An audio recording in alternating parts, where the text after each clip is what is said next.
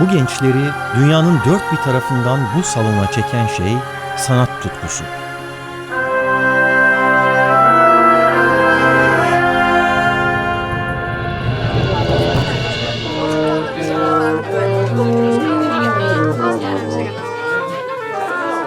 Yeni asistanlarım.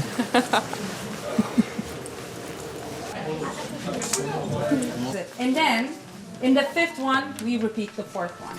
So that's it. Aralarında Türk öğrenci ve öğretmenlerin de bulunduğu bu gençler, şu anda dünyanın en büyük bağımsız çağdaş müzik koleji olan Berklee'nin çatısı altında buluşmuş durumda.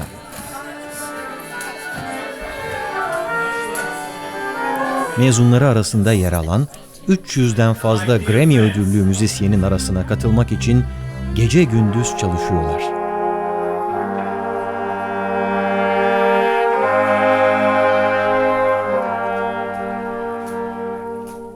Ancak 9 Mart gecesi saat 22'de burada toplanmalarının tek sebebi prova yapmak değil.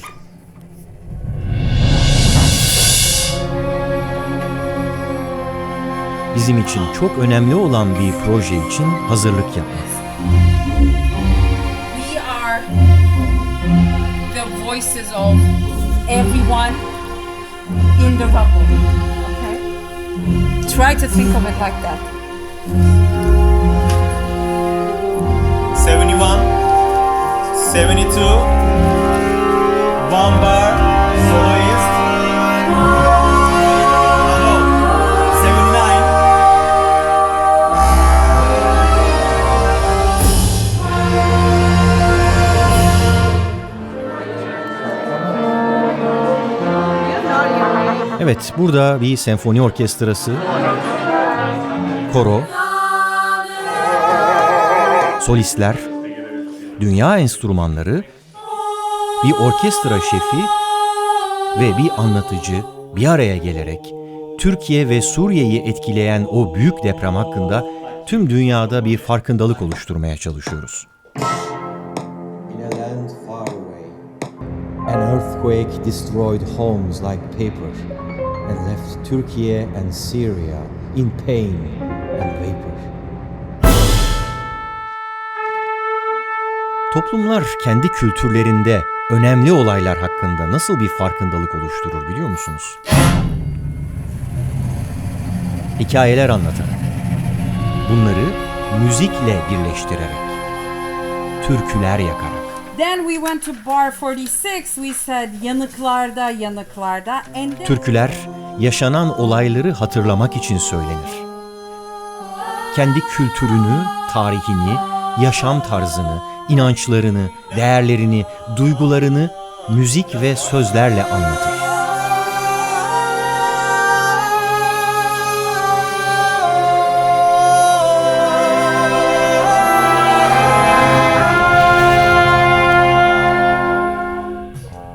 İşte bu amaçla depremin etkilediği o geniş coğrafyadan bir türkü seçtik. Fırat kenarında yüzen kayıklar.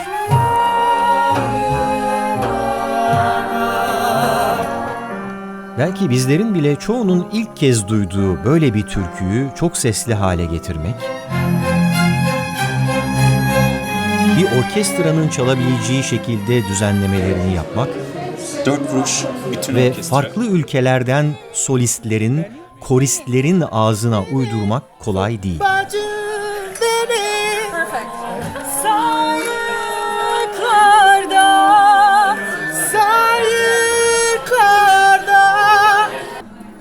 O yüzden asıl kayıt gününden bir ay kadar önce bu provalara başlandı.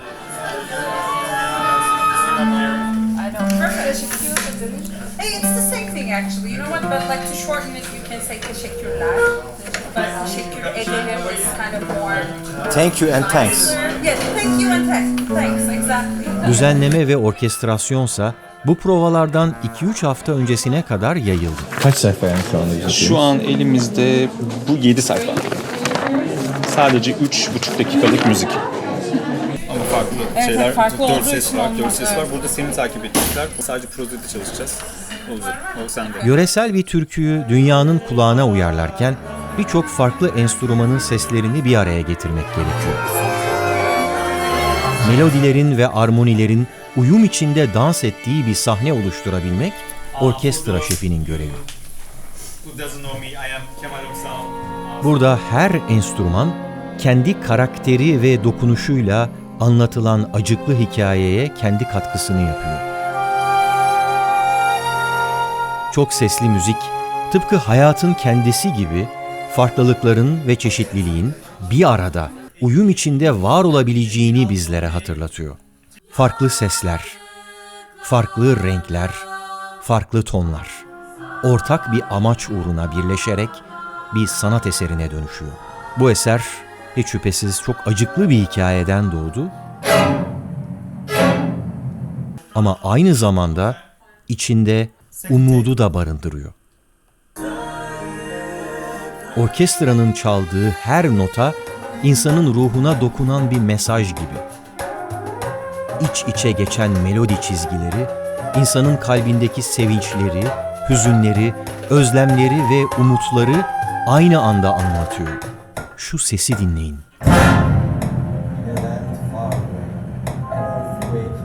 Yer kabuğunun içindeki levhaların hareketleri sonucu oluşan o gerilme ve sıkışmaları duyacaksınız. Yüzyıllar boyunca biriken o enerjiyi.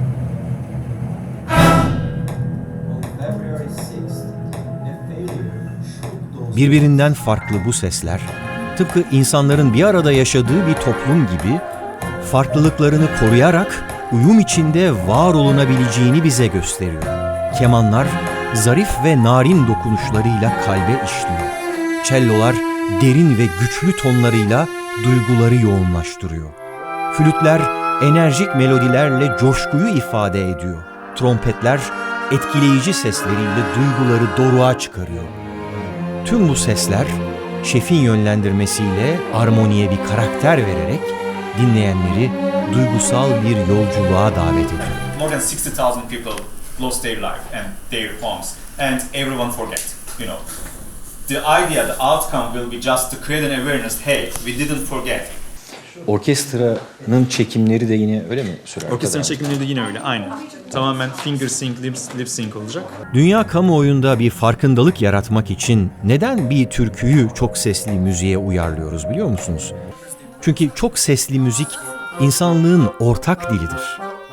Bu dili konuşan herkes farklı kültürlerden, farklı coğrafyalardan, farklı yaşamlardan gelse bile aynı duyguları paylaşabilir. Müzik, insanların birbirine dokunabildiği, birbirini anlayabildiği, birbirine yakınlaşabildiği bir köprüdür. Thank you for all you, Yağmur, Bengisu, and we have Barış from New Jersey. Do not underestimate him. Like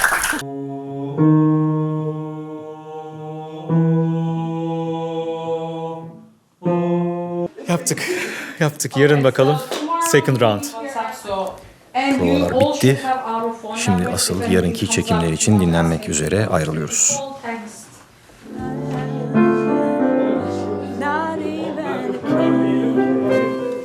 Dijital reverb'in atası. Bu da preset herhalde, Boston Evet. Hall B. Evet. Benim çok sevdiğim bir şey. Kompresör. Opto diye geçiyor. Optik kompresör. Yani ışığı kullanıyor kompres etmek için. Işık direncini.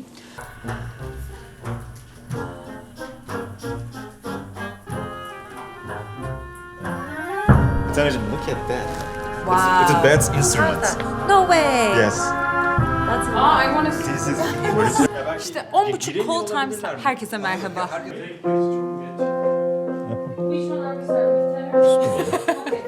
Spotify gibi burada istek parçayı veriyorsun, direkt çalmaya başlıyor.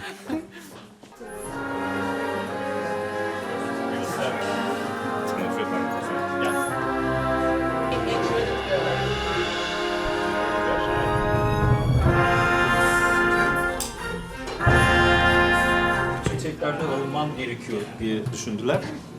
Ben dedim bir sorayım nasıl düşünülüyor. Bence de kesinlikle.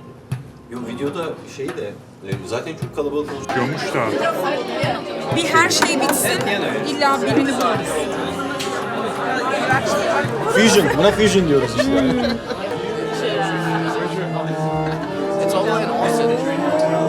have a like 10-second bar.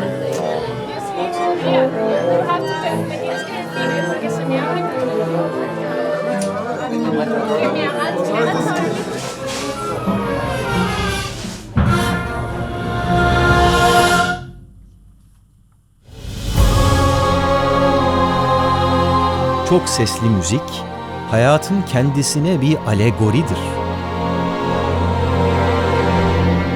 Tıpkı bir toplumda olduğu gibi herkesin kendine has bir rolü ve önemi vardır. Herkesin, her sesin, her sözün. Yazgın yarında yüzen kayıklarda. Fırat Nehri ve onun kenarında yüzen kayıklar. Herkes kendi sesi ve karakteriyle bir şeyler yapmaya çalışıyor. Eğer büyük nehirleri besleyen o küçük dereler gibi birleşirse bu farklı sesler de muazzam bir uyum ve güzellik yaratabilir.